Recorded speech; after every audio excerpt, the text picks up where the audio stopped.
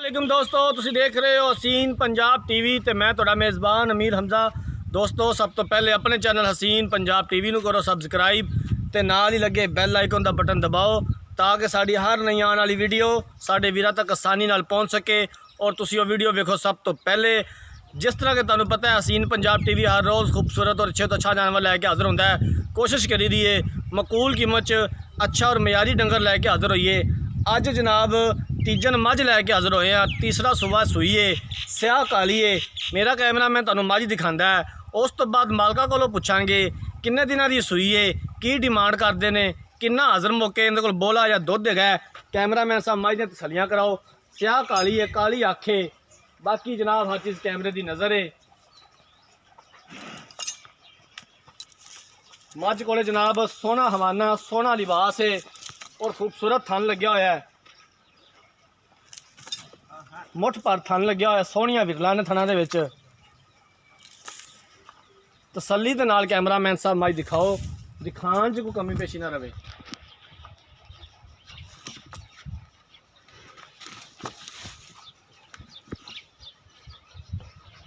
मझ नहीं खोल के टोरिया जी।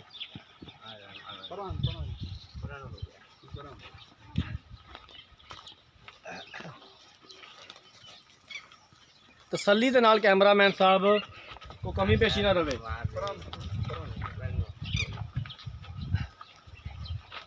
अं लै चलो खुली क्या लै चलो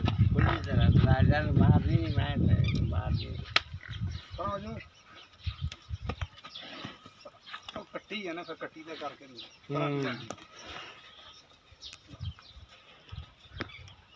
कट्टी दिखा दे।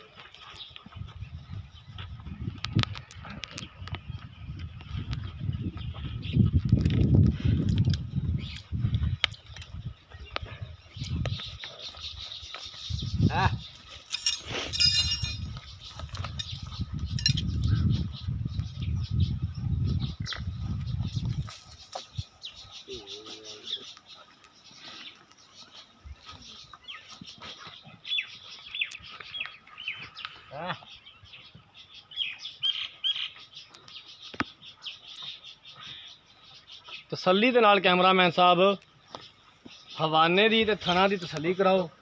जगह दस दी है अपने वीरा भरावां नूं। आरफ वाले तो जनाब 25 तो 30 किलोमीटर के फासले ते मझ खड़ी है।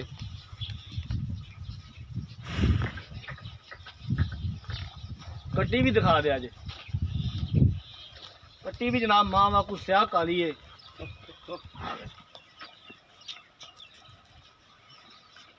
खूबसूरत जानवर साड़ी जिम्मेदारी जनाब दिखाना, बाकी लेने देने मुकद्दर ने।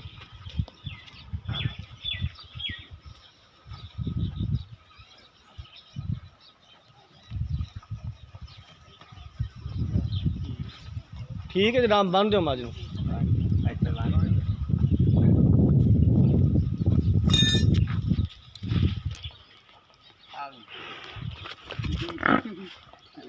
लो जनाब मझ देख ली, हुण मालका नाल पुछने इन्हां कोलों कि की कहंदे ने इहदे बारे। जनाब इधर आ जाओ। अस्सलाम वालेकुम जी। वालेकुम सलाम। की हाल है भाईजान? ठीक जी। की नाम है तुहाडा? मोहम्मद सगीर। सगीर भाई मझ किनवा सुबह सूई है? 2 सूबे अगे सूई है, तीसरा हुण सूई है। तीसरा हुण सूई है, पक्की गल है? पक्की गल है। मझ इस टाइम किन्ना दुध या बोला करदी पई, किन्ने दिनां दी सूई है? ये 3 दिन दी। अज तीसरा दिन है? हाँ जी, तीसरा दिन। पिछे कट्टी है? कट्टी है जी। किन्ना इस टाइम बोला या दुध चोंदे पे जी? इस टाइम जी 12 किलो 2 टाइम। 12 किलो 2 टाइमां दा बच्चे नूं छड्ड के? हाँ जी, बच्चे नूं छड्ड के। पिछले सूबे मझ तुहाडे कोल मौजूद सी? हाँ बिल्कुल, 2 सूबे अगे सूई है, तीसरा हुण घर दी मੱਝ है। तुहाडे घर दी मझ हाँ है? जी, घर दी। किन्ना चोंदे रह जे पिछले सूबे? ਇਹ ਜੀ ਪੱਠਿਆਂ ਤੇ 14 ਕਿਲੋ 15 ਕਿਲੋ ਤੇ ਜਿਸ अच्छा। ਤਰ੍ਹਾਂ ਮੈਂ ਖਾਲ ਵੰਡਾ ਪਾਈ ਉਸ ਤਰ੍ਹਾਂ ਦੁੱਧ ज़ाहिर गल खल वंडा पाओगे तो ਹਾਂਜੀ, मजीद ਬਿਲਕੁਲ- बढ़ेगी। ਬਿਲਕੁਲ ਵਧੂਗੀ। पट्ठियां ते तुहाडे कोल 14 किलो ਹਾਂ दुध ਜੀ, करदी। 14 ਕਿਲੋ 13 14 ਕਿਲੋ 2 ਟਾਈਮਾਂ ਦਾ ਦੁੱਧ ਹੈ। ठीक हो गया जनाब, ਬੱਚੇ ਨੂੰ ਛੱਡ ਕੇ। ठीक हो गया। हुण इस टाइम हाज़र मौके 12 किलो है। ਹਾਂਜੀ 12 ਕਿਲੋ।